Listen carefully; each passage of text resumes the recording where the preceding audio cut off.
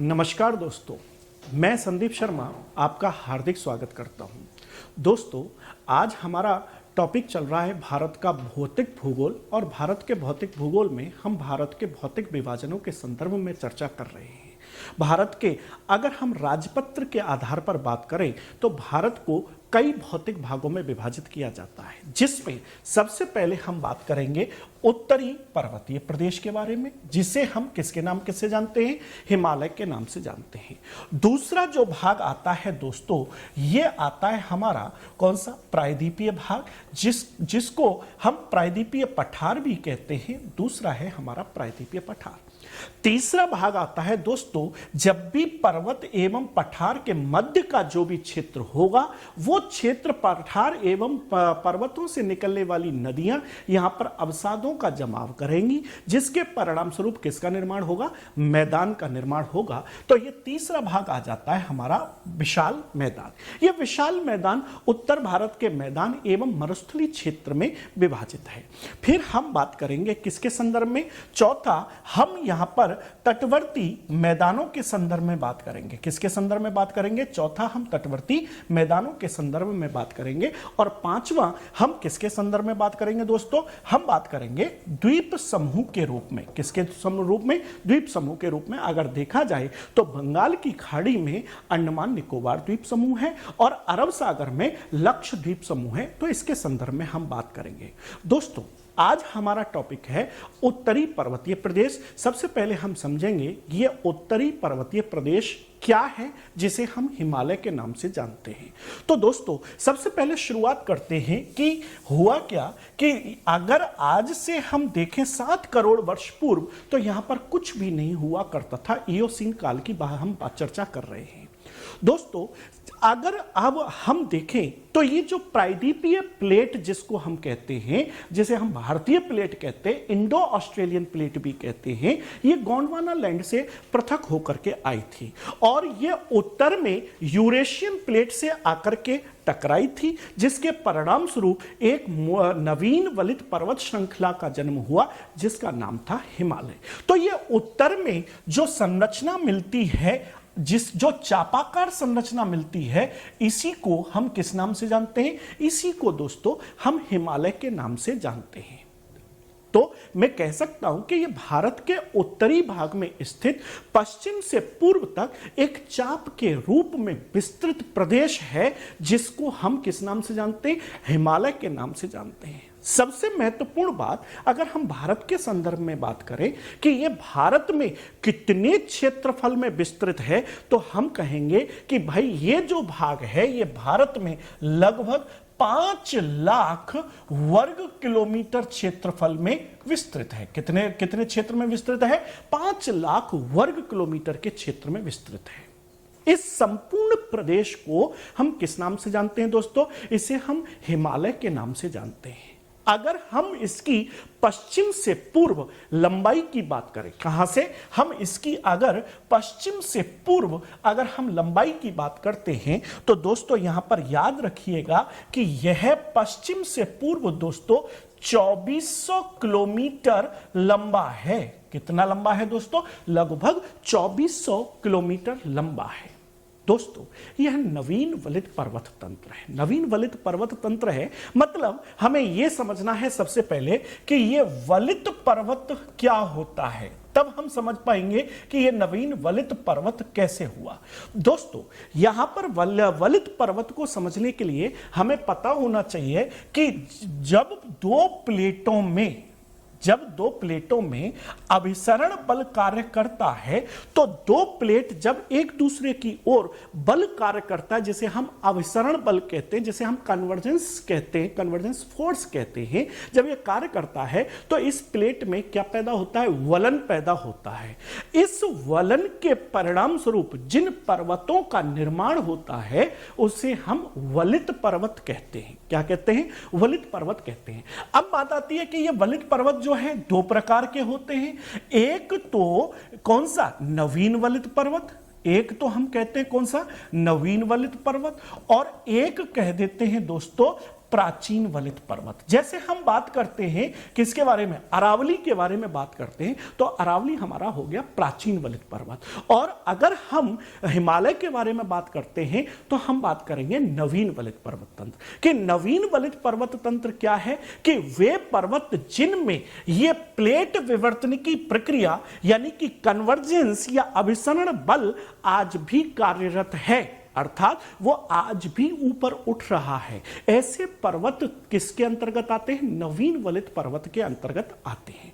और वे पर्वत जिनमें यह अभिसरण की प्रक्रिया या प्लेट विवर्तनिकी की प्रक्रिया संपूर्ण रूप से समाप्त हो गई है और उस पर एक्सटर्नल फोर्सेस ने काम करना शुरू कर दिया है, बाह्य बलों ने, जैसे कि अपर्दन ने, अपक्षय ने, ऐसे बलों ने उस पर कार्य करना शुरू कर दिया है, जिसके कारण उन पर्वतों का क्षरण हो रहा है। अब उनका निर्माण तो किससे हुआ था, दो प्लेटों के वलन से, दो प्लेटों के अभिसरण से हुआ था, इसलिए वो वलित पर्वत थे। लेकिन अब उन पर बाह्य बलों ने कार्य करना शुरू कर दिया और यह विवर्तन की प्रक्रिया कैसी हो गई, समाप्त हो गई। तो ऐसे पर्वत जो हैं वो प्राचीन वलित पर्वत के अंतर्गत आते हैं। तो मैंने जैसे आपको उदाहरण दिया, किसका, अरावली का उदाहरण दिया, तो अरावली जो है वो किसके अंतर्गत आएगा, प्राचीन वलित पर्वतों के अंतर्गत आएगा। और मैंने हिमालय का उदाहरण दिया, तो हिमालय किसके अंतर्गत आएगा, नवीन वलित पर्वत के अंतर्गत आएगा। तो मैंने आपको यहां पर समझाया कि हमारा जो हिमालय है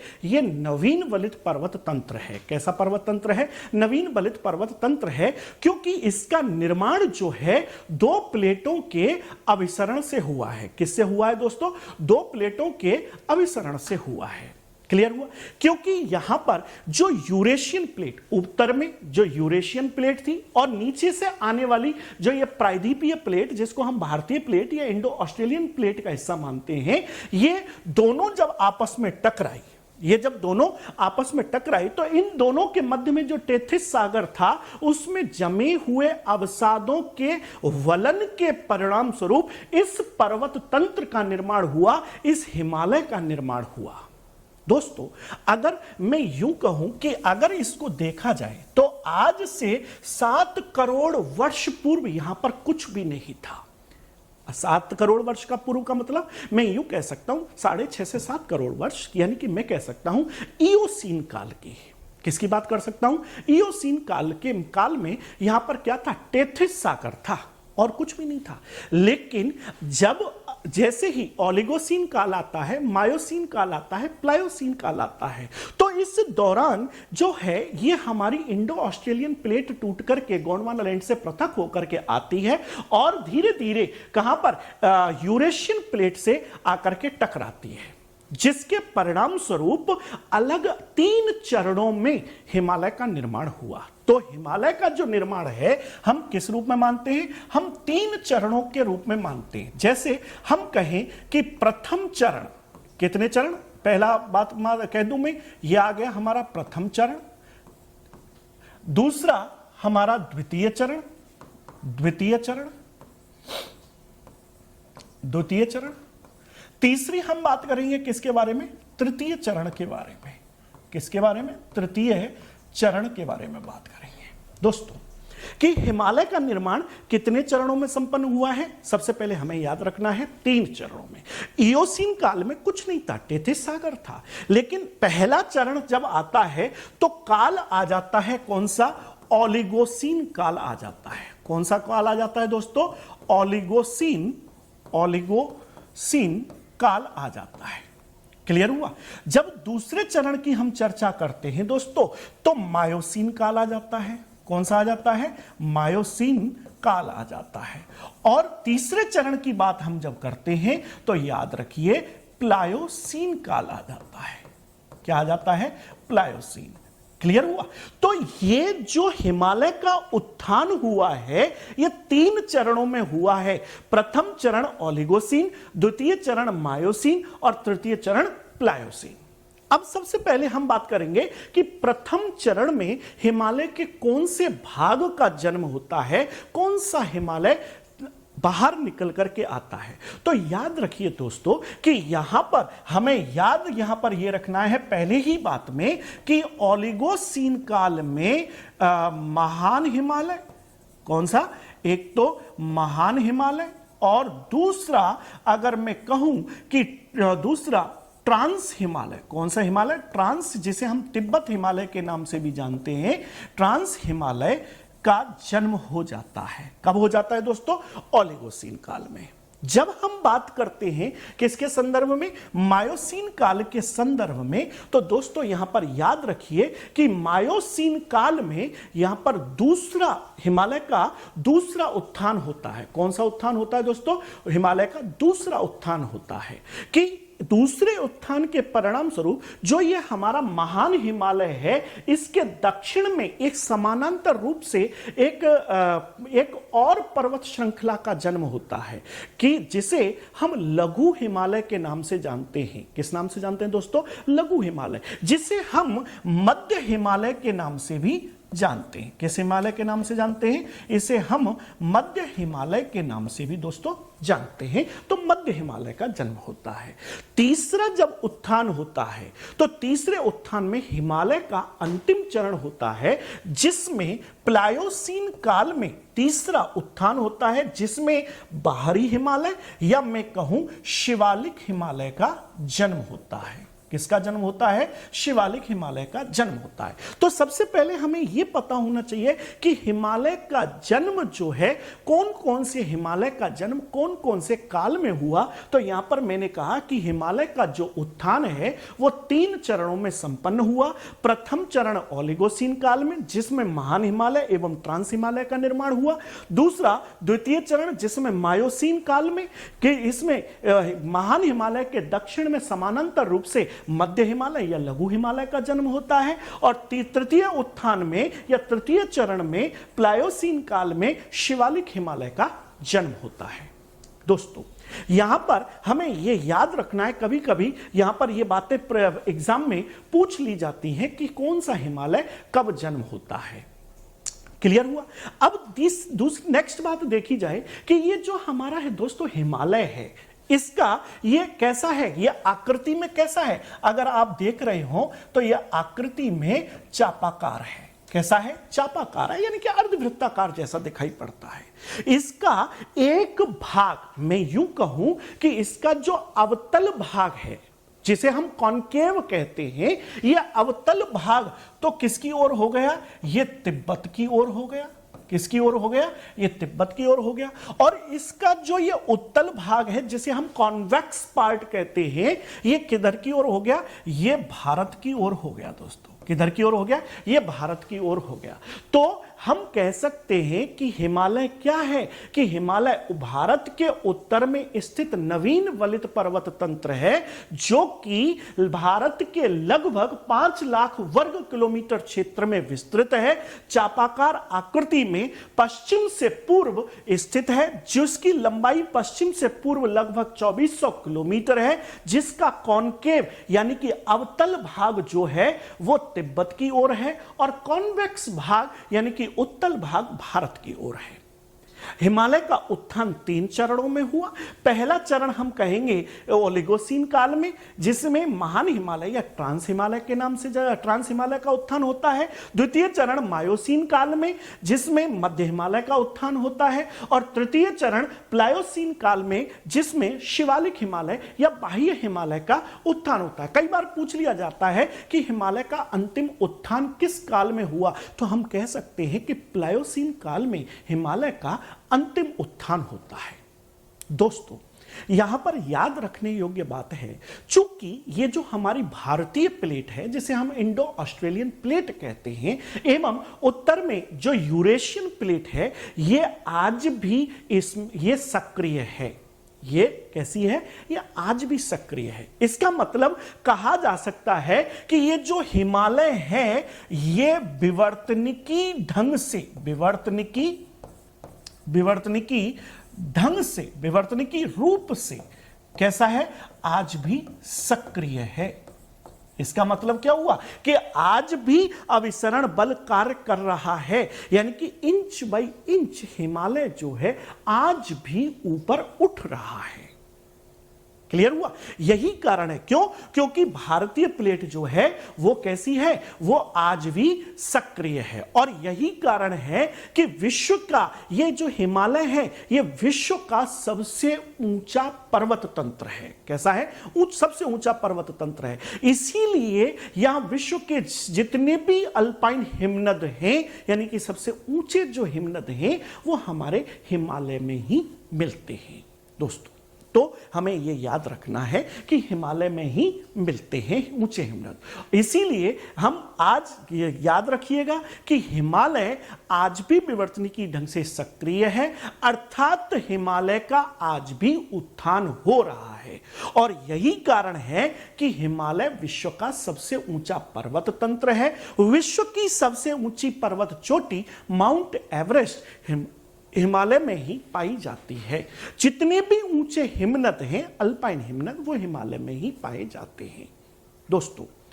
अब बात आती है कि सर हमें यह भी बताइए कि इस हिमालय की चट्टानें किससे मिलकर के बनी हुई हैं। अगर मैं बात करता हूं कि हिमालय की रॉक्स की बात करता हूं, चट्टानों की बात करता हूं, तो दोस्तों याद रखिएगा कि हिमालय की जो चट्टानें हैं वो ग्रेनाइट एवं नीस प्रकार की हैं। किस प्रकार की हैं दोस्तों?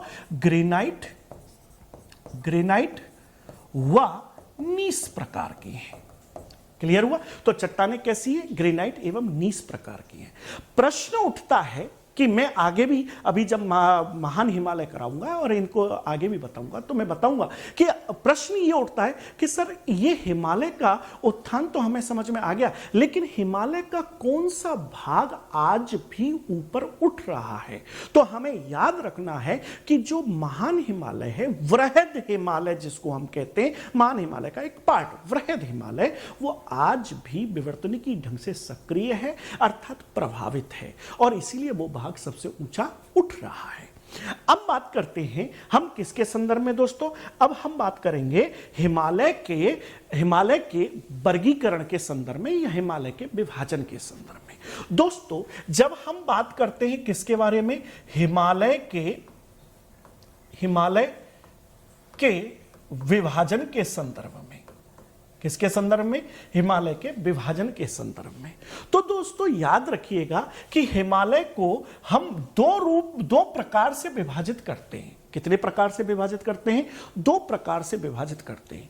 एक तो आता है हिमालय का भू आकृतिक विभाजन। कौन सा आता है दोस्तों? हिमालय का भू आकृतिक विभाजन। और दूसरा आता है दोस्तों हिमालय का प्रादेशिक विभाजन। कौन सा आता है? प्रादेशिक विभाजन। तो हम दोनों को ही यहां पर अध्ययन करेंगे। एक तो हम अध्ययन करेंगे किसके संदर्भ में? हम भू आकृतिक विभाजन के संदर्भ में, और एक हम बात करेंगे किसके संदर्भ में? प्रादेशिक विभाजन के संदर्भ में। क्लियर हुआ? तो सबसे पहले हम बात करते हैं किसके संदर्भ में दोस्तों? हिमालय के भू आकृतिक विभाजन के संदर्भ में हम यहां पर थोड़ी सी चर्चा कर लेते हैं। देखें जरा, ये जो हमारा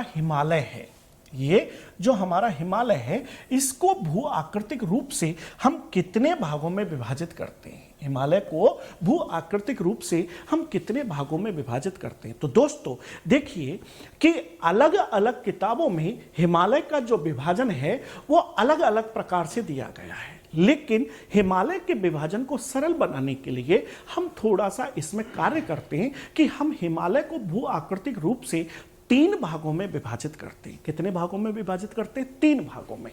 सबसे पहला जो भाग है दोस्तों, इसे हम क्या कहते हैं? ट्रांस हिमालय कहते हैं। क्या कहते हैं दोस्तों? ट्रांस हिमालय। क्या कहते हैं? ट्रांस हिमालय। दूसरा जो पार्ट है दोस्तों, इसे हम महान हिमालय कहते हैं। कौन सा हिमालय कहते हैं? महान हिमालय। क्लियर हुआ?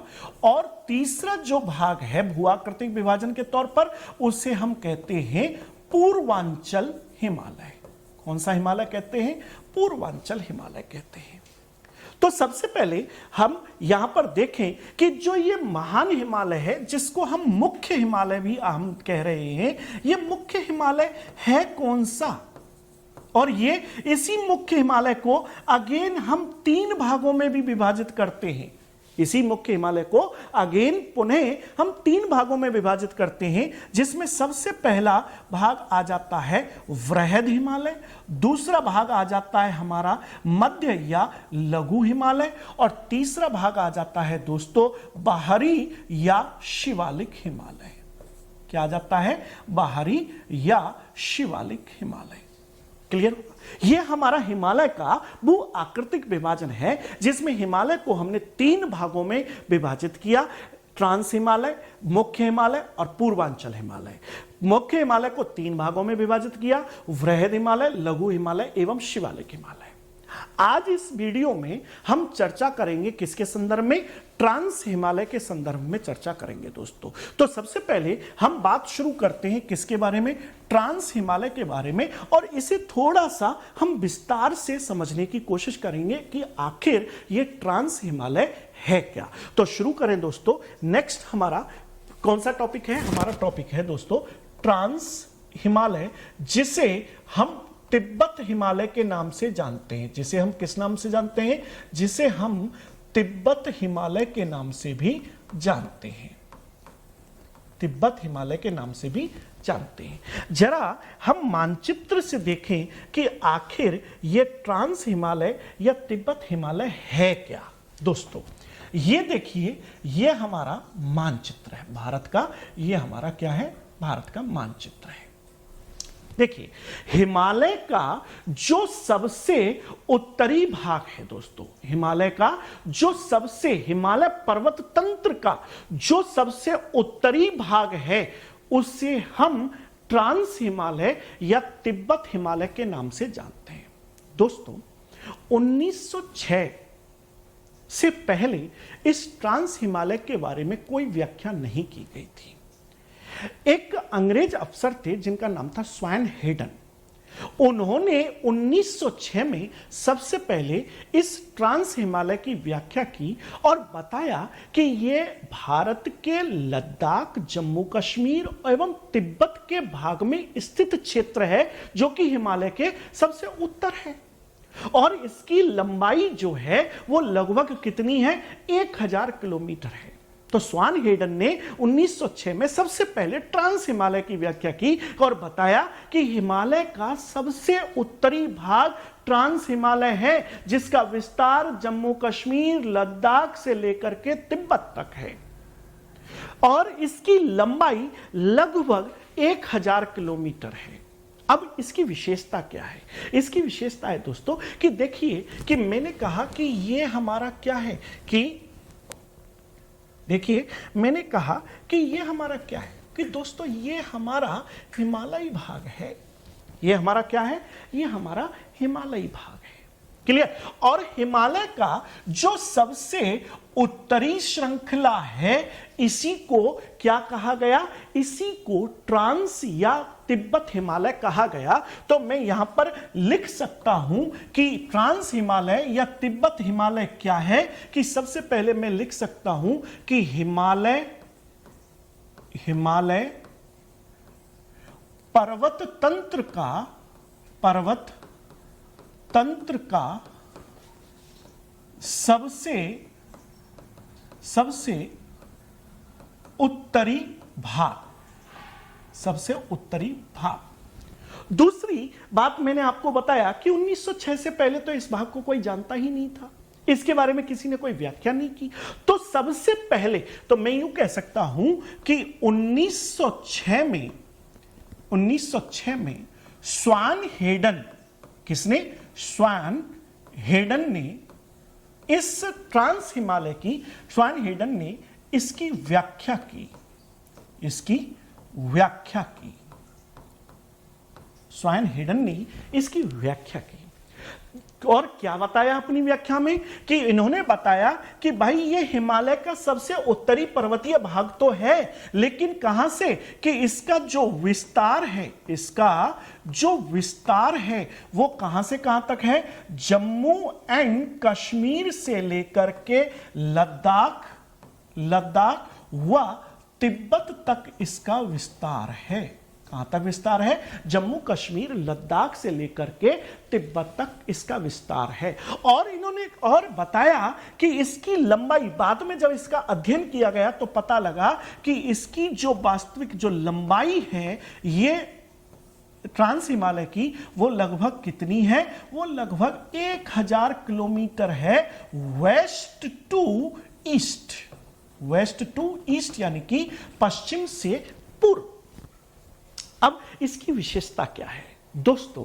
अब मुख्य हिमालय तो हमारा यही है, और देखा जाए तो मुख्य हिमालय के उत्तर में, अर्थात यहां से अगर देखा जाए तो मानसूनी पवनें जो हैं हिमालय पर आती हैं।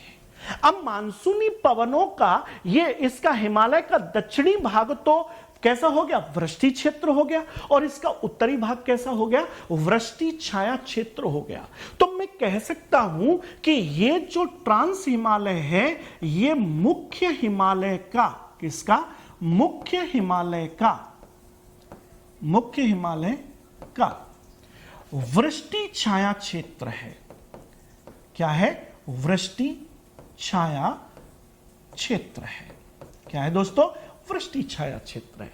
वृष्टि छाया क्षेत्र है तो याद रखिएगा, जब भी किसी भी पर्वत का कोई भी वृष्टि छाया क्षेत्र हो तो वहां पर शुष्क या अर्धशुष्क जलवायु परिस्थितियां पाई जाएंगी।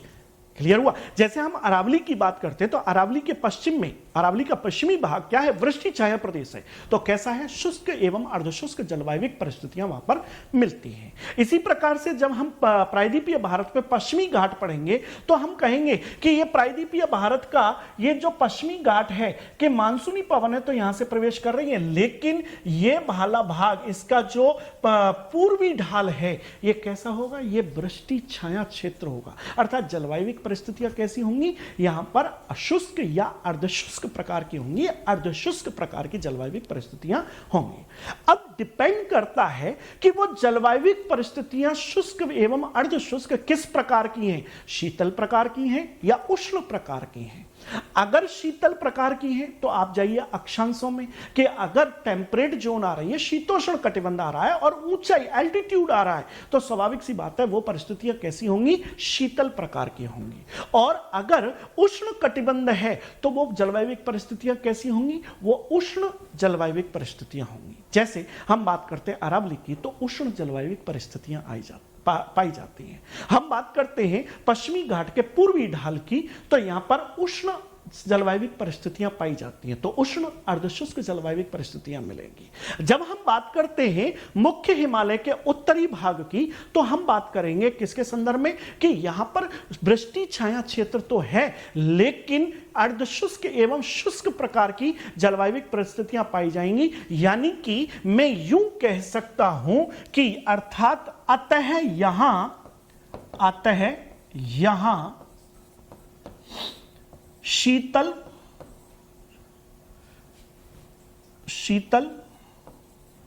व शुष्क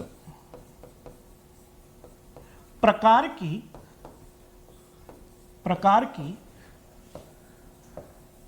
जलवायविक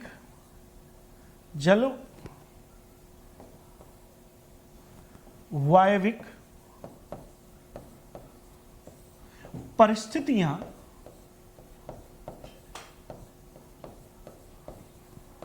मिलेंगी। बोलो, क्लियर हुआ कि यहां किस प्रकार की परिस्थितियां मिलेंगी? शीतल व शुष्क या शुष्क शीत जलवायविक परिस्थितियां मिलेंगी। अब बात करते हैं दोस्तों कि कैसे कह सकते हैं कि इसका उत्तरी भाग तो ट्रांस हिमालय है, अलग है, और ये हमारा मुख्य हिमालय है। तो यहां पर एक छोटी दरार जैसी एक संरचना मिलती है जिसे हम हिंज लाइन कहते हैं। जिसे हम क्या कहते हैं? इसे हम हिंज लाइन कहते हैं। याद रखिएगा यहां पर हिंज लाइन जिसे हम क्या कहते हैं? इंडो सांगपो शचर जोन कहते हैं। ये इंडो सांगपो सचर जोन जो है ये क्या कार्य करती है? ये ट्रांस हिमालय को मुख्य हिमालय से पृथक करती है। ये क्या कार्य करती है? तो याद रखिएगा, अगर कोई पूछ ले कि ये ट्रांस हिमालय को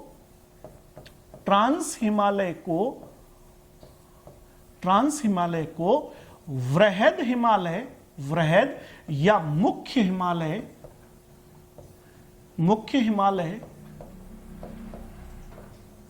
से पृथक करती है। क्या करती है? ट्रांस हिमालय को मुख्य हिमालय से पृथक करती है। तो दोस्तों हमारा ट्रांस हिमालय आपको यहां पर समझ में आया होगा कि एक बार फिर वापस से देख लेते हैं कि ट्रांस हिमालय क्या है। कि हिमालय का सबसे उत्तरी पर्वत तंत्र, हिमालय पर्वत तंत्र का सबसे उत्तरी भाग, जिसे हम ट्रांस या तिब्बत हिमालय कहते हैं। सबसे पहले इसकी व्याख्या 1906 में स्वर्ण हेडन के द्वारा की गई थी। और इनके द्वारा बताया गया कि इसका विस्तार जम्मू कश्मीर, लद्दाख एवं तिब्बत में है। पश्चिम से पूर्व इसकी लंबाई 1000 किलोमीटर है। यह है मुख्य हिमालय के वृष्टि छाया क्षेत्र में है। और तो इसी कारण यहां पर जो जलवायविक परिस्थितियां हैं वो शुष्क व शीत जलवायविक परिस्थितियां मिलती हैं। साथ में यह मुख्य हिमालय से ट्रांस हिमालय मुख्य हिमालय से हिंजलाइन या इंडो सांगपो सचर जोन से पृथक होता है।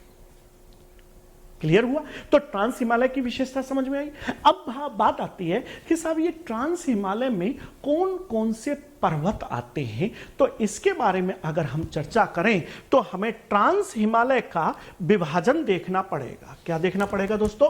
ट्रांस हिमालय का विभाजन देखना पड़ेगा। और ट्रांस हिमालय के विभाजन को हमें देखना है तो यहां पर हमें इसको समझना पड़ेगा आसानी से कि ये ट्रांस हिमालय को हम 3 भागों में विभाजित करते हैं। कितने भागों में विभाजित करते हैं? ट्रांस हिमालय को हम 3 भागों में विभाजित करते हैं। सबसे पहला भाग आता है दोस्तों काराकोरम श्रेणी। क्या आता है दोस्तों? काराकोरम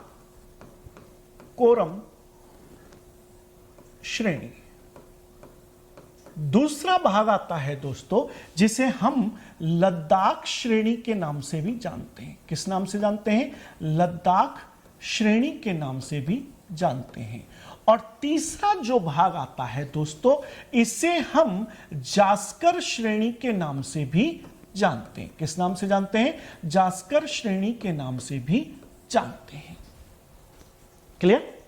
अब हम यहां पर एक एक के बारे में चर्चा करेंगे कि कौन सा पर्वत कहां पर स्थित है और फिर हम इसमें कि क्या क्या प्रश्न किस प्रकार से पूछे जाते हैं इसके बारे में भी हम यहां पर थोड़ा थोड़ा चर्चा करेंगे। तो सबसे पहले दोस्तों देखिए कि हम यहां पर बात कर रहे हैं किसके बारे में? ट्रांस हिमालय के संदर्भ में। किसके संदर्भ में हम बात कर रहे हैं दोस्तों? ट्रांस हिमालय के संदर्भ में। जरा यहां पर देखिए मानचित्र में ये हमारा मुख्य हिमालय है। क्लियर हुआ? अब देखिए ये जो सबसे उत्तर में जो पर्वत श्रेणी है इसे हम काराकोरम श्रेणी के नाम से जानते हैं। किस नाम से जानते हैं? काराकोरम श्रेणी के नाम से जानते हैं। दोस्तों इसके दक्षिण में समानांतर रूप से विद्यमान जो पर्वत है इसे हम लद्दाख श्रेणी के नाम से जानते हैं। किस नाम से जानते हैं? लद्दाख श्रेणी के नाम से जानते हैं। और लद्दाख श्रेणी के दक्षिण में समानांतर रूप से विद्यमान जो पर्वत है इसे हम जस्कर श्रेणी के नाम से जानते हैं। किस नाम से जानते हैं? जस्कर श्रेणी के नाम से जानते हैं। तो मैंने इसके 3 विभाजन बताए, काराकोरम श्रेणी, लद्दाख श्रेणी और जस्कर श्रेणी। तो सबसे उत्तर में कौन सा हो गया? काराकोरम श्रेणी। उसके दक्षिण में समानांतर रूप से लद्दाख श्रेणी और उसके दक्षिण में समानांतर रूप से जस्कर श्रेणी। अब जरा हम इसकी एक एक की हम किसकी चर्चा करेंगे, एक एक के बारे में हम यहां पर चर्चा करेंगे। तो सबसे पहले हम इस मानचित्र में इसको याद रखिए, हम किसकी चर्चा कर रहे हैं, सबसे पहले हम काराकोरम श्रेणी की चर्चा कर रहे हैं। ये तो आपको समझ में आ गया होगा कि काराकोरम श्रेणी क्या है, कि ये ट्रांस हिमालय की भी सबसे उत्तरी श्रेणी है। ये ट्रांस हिमालय की सबसे उत्तरी श्रेणी है और सबसे लंबी श्रेणी है काराकोरम श्रेणी, जिसे हम काराकोरम पर्वत भी कहते हैं। तो सबसे पहली विशेषता क्या हो गई, कि सबसे पहली विशेषता कि यह काराकोरम श्रेणी ट्रांस हिमालय की सबसे उत्तरी श्रेणी हो गई। तो यहां पर हम एक एक विशेषता के बारे में यहां पर जरा चर्चा करते चलें कि काराकोरम श्रेणी क्या है, काराकोरम श्रेणी क्या है। तो मैंने कहा कि देखिए कि ये ट्रांस हिमालय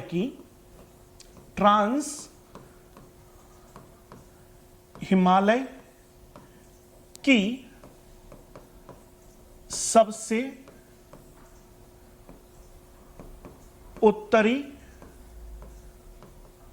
श्रेणी है। क्लियर हुआ, उत्तर सबसे उत्तरी श्रेणी है।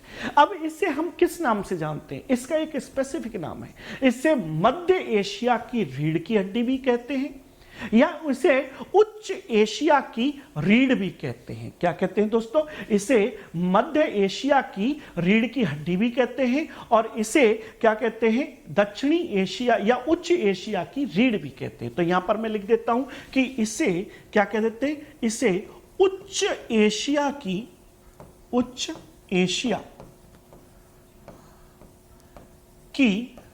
रीढ़,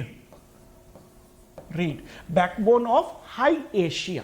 क्लियर हुआ, इसे उच्च एशिया की रीढ़ भी कह देते हैं। नेक्स्ट बात आती है दोस्तों, इसकी सबसे ऊंची चोटी कौन सी है। तो अगर हम इसकी सबसे ऊंची चोटी के बारे में बात करें तो इसकी सबसे ऊंची चोटी, सबसे ऊंची चोटी दोस्तों K2 है। क्या है, K2 है, जिसे हम किस नाम से जानते हैं, जिसे हम गॉडविन ऑस्टिन के नाम से भी जानते हैं। किस नाम से जानते हैं, गॉडविन ऑस्टिन के नाम से भी जानते हैं। क्लियर हुआ, ये जो K2 है इसके लिए याद रखिए, ये K2 जो है, नंबर एक बात यहां पर हमें क्या याद रखनी है, नंबर एक बात हमें यह याद रखनी है दोस्तों कि ये जो K2 है ये भारत की सबसे ऊंची चोटी है, सबसे ऊंची चोटी है। नंबर एक बात क्लियर, ये भारत की क्या है, ये भारत की सबसे ऊंची चोटी है। लेकिन कहां पर स्थित है, पीओके में स्थित है। कहां पर स्थित है, पीओके में स्थित है, पहली बात। दूसरी बात, मैं कह सकता हूं कि ये हिमालय व विश्व की दूसरी सबसे ऊंची चोटी है, दूसरी सबसे ऊंची चोटी है। यह हिमालय व विश्व की दूसरी सबसे ऊंची चोटी है। क्लियर हुआ, यहां तक दो पॉइंट क्लियर हुए। अब बात आती है दोस्तों यहां पर ये जो काराकोरम श्रेणी है, इस काराकोरम श्रेणी में चूंकि उच्च क्षेत्र है, ऊंचा पर्वत है, तो हिमालय की दूसरी ऊंची पर्वत चोटी है K2, तो यहां पर बहुत से ऊंचे या अल्पाइन हिमनद मिलते हैं। क्या मिलते हैं यहां पर, अल्पाइन, यहां पर क्या मिलते हैं, अल्पाइन हिमनद मिलते हैं दोस्तों, अल्पाइन हिमनद मिलते हैं। अब देखने वाली बात है कि ये अल्पाइन हिमनद यहां पर कौन कौन से मिलते हैं। तो याद रखिए यहां पर अल्पाइन हिमनद हिस्पर, बतूरा, सकामी, बियाफो,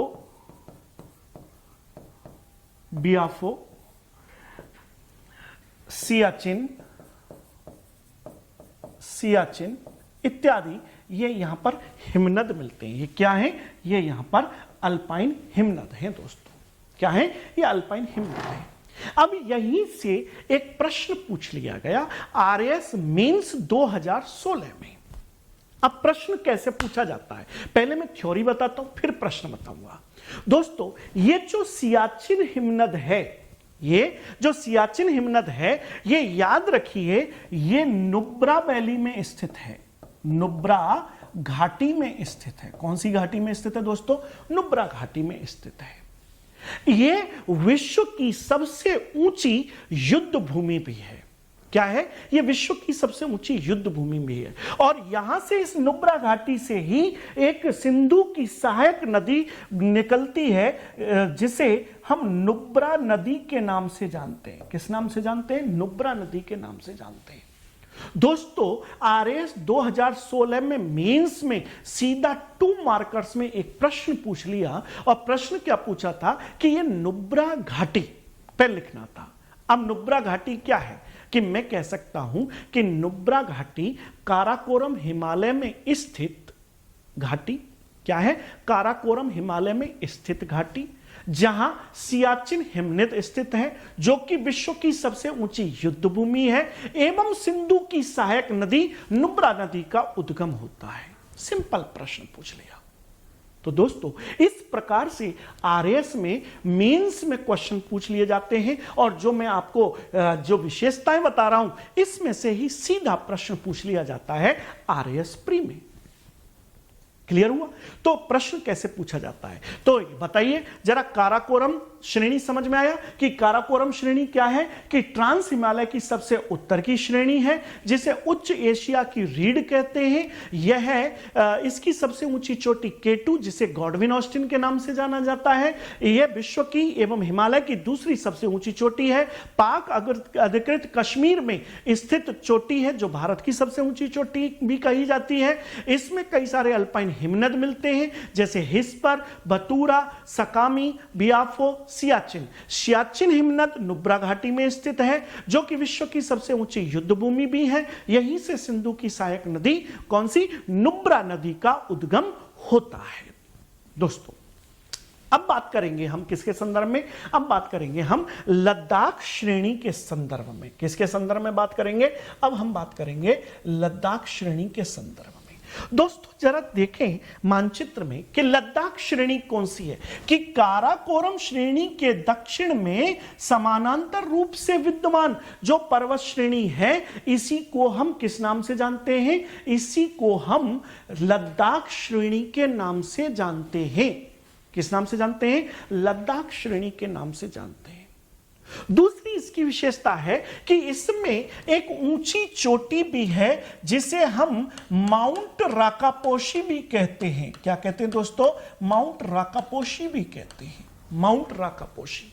विशेषता क्या है इस माउंट राकापोशी की? कि यह विश्व की सबसे खड़ी ढाल वाली चोटी है। माउंट राकापोशी क्या है? ये विश्व की सबसे खड़ी ढाल वाली चोटी है, माउंट राकापोशी। क्लियर हुआ? अब इसका जो दक्षिणी विस्तार है, लद्दाख श्रेणी का जो दक्षिणी विस्तार है, इसी को कैलाश श्रेणी कहते हैं। क्या कहते हैं? इसी को कैलाश श्रेणी कहते हैं। क्या कहते हैं दोस्तों? इसी को कैलाश श्रेणी कहते हैं। और कैलाश श्रेणी की सबसे ऊंचा जो चोटी है वो है कैलाश पर्वत। क्या है? कैलाश पर्वत। और कैलाश श्रेणी के उत्तर में जो एक हिमनद है, जिसे हम बोखरचू कहते हैं, इस बोखरचू से ही कौन सी? इस बोखरचू से ही एक नदी का उद्गम होता है, जिसे हम सिंधु नदी कहते हैं। कौन सी नदी कहते हैं दोस्तों? सिंधु नदी कहते हैं। तो लद्दाख श्रेणी क्या है? तो वापस हम अपने नोट्स में चलते हैं कि लद्दाख श्रेणी क्या है। तो लद्दाख श्रेणी हम कह सकते हैं काराकोरम के दक्षिण में समानांतर रूप से विद्यमान